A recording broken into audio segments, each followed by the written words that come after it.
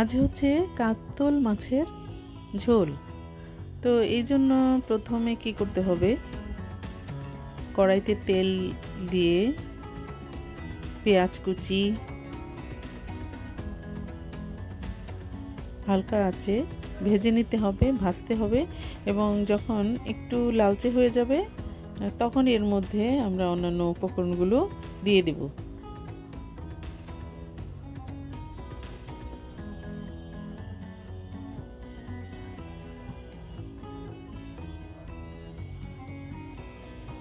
আমরা প্রথমে একটু আদা দিয়ে দিচ্ছি,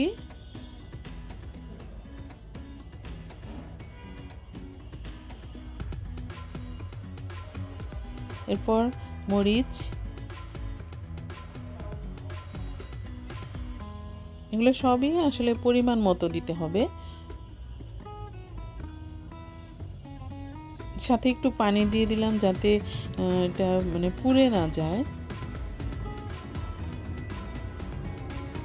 এরপর হলুদ,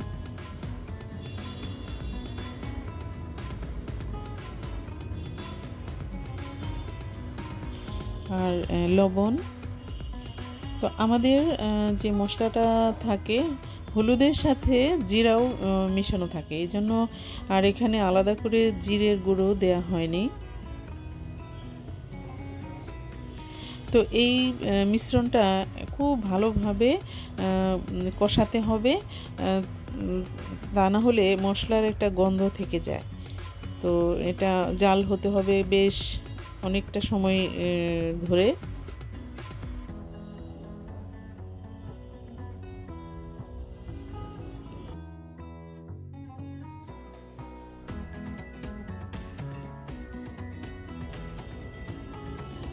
একটু লালচে হয়ে যাবে যখন, এবং তেলটা যখন উপরে উঠে যাবে তখন বুঝতে হবে যে আমাদের কষানো শেষ।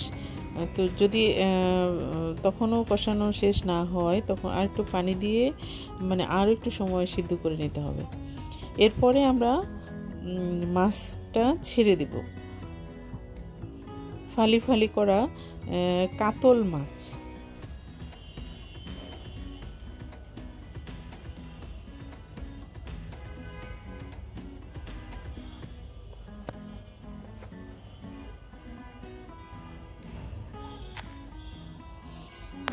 একটু ভালোভাবে নাড়তে হবে, তবে খুব বেশি জোরে নাড়া যাবে না, তাহলে মাছগুলো ভেঙে যাবে।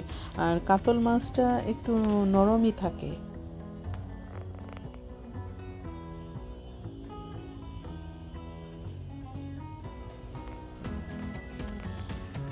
মাছের টুকরোগুলোকে একটু উল্টিয়ে দিতে হবে যাতে মশলাগুলো প্রত্যেক সাইডেই মশলাগুলো যেন ঢুকে, তা না হলে এক পাশ কাঁচা থেকে যাবে বা ভালো মতো সেদ্ধ হবে না।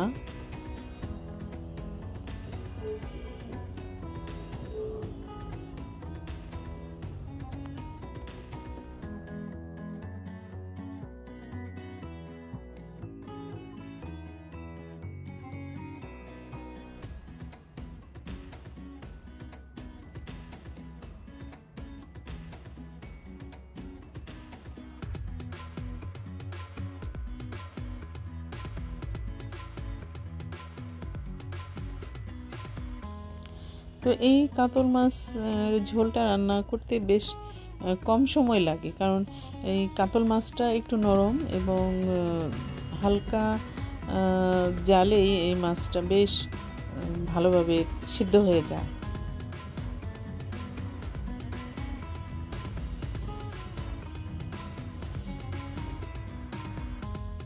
এটা যখন সিদ্ধ হয়ে যাবে তখন আমরা এর মধ্যে টমেটো ছেড়ে দেব।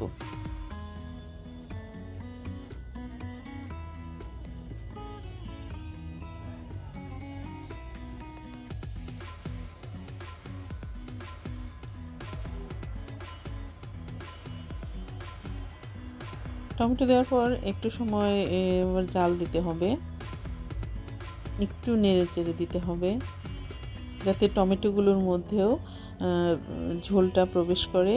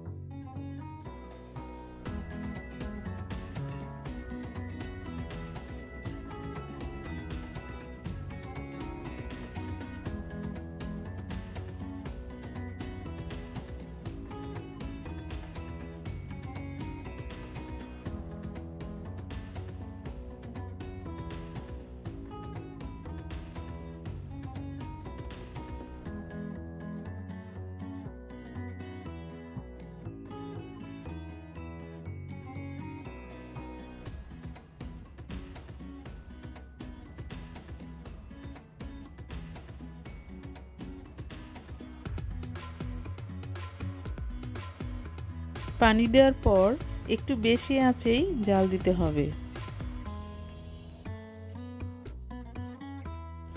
তো এর মধ্যে আমরা কিছু কাঁচামরিচ দিয়ে দেব, যাতে দেখতে সুন্দর লাগে এবং কাঁচামরিচের একটা ঘ্রাণ আসে।